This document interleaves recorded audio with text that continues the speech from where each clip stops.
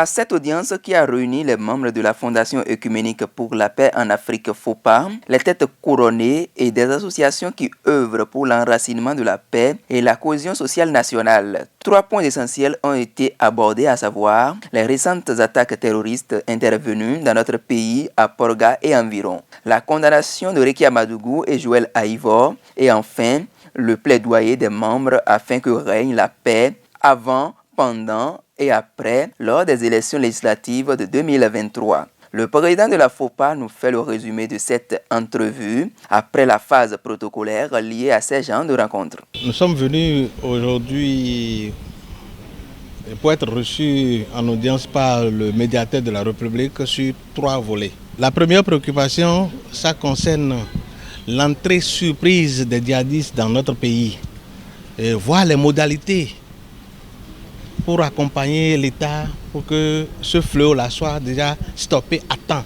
pour que ça ne se propage plus dans les autres contrées, parce que c'est les Béninois qui sont en train d'être tués par ces djihadistes innocemment. Donc je disais tantôt que ces Béninois-là, même s'ils sont des Adjas, ils sont Béninois, ils sont toujours Béninois. Donc nous devons rester ensemble pour voir comment barrer la voie à ces genres de choses. Le second point, ça concerne les récentes condamnations de nos enfants, en l'occurrence notre sœur Réki Amadougou, notre frère Joël Aïvo, qui sont condamnés par la justice béninoise.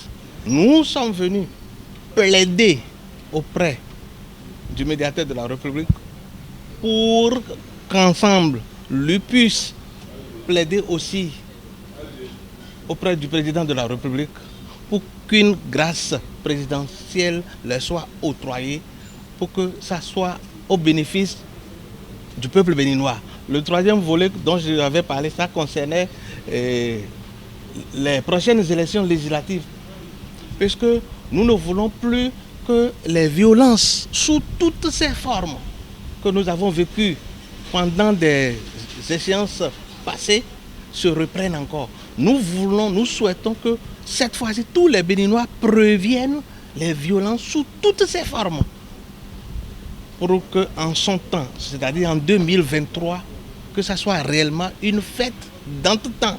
Je peux être opposant, je peux être de la mouvance, nous pouvons nous colérer, mais cela ne veut pas dire que nous allons nous faire du mal, nous allons nous tuer, comme ce que nous voyons ailleurs. D'ores et déjà, le président de la FOPA implore l'indulgence du chef de l'État Patrice Talon pour la résolution de leurs demandes. Nous passons par ce canal aussi pour lui dire merci, merci parce que nous avons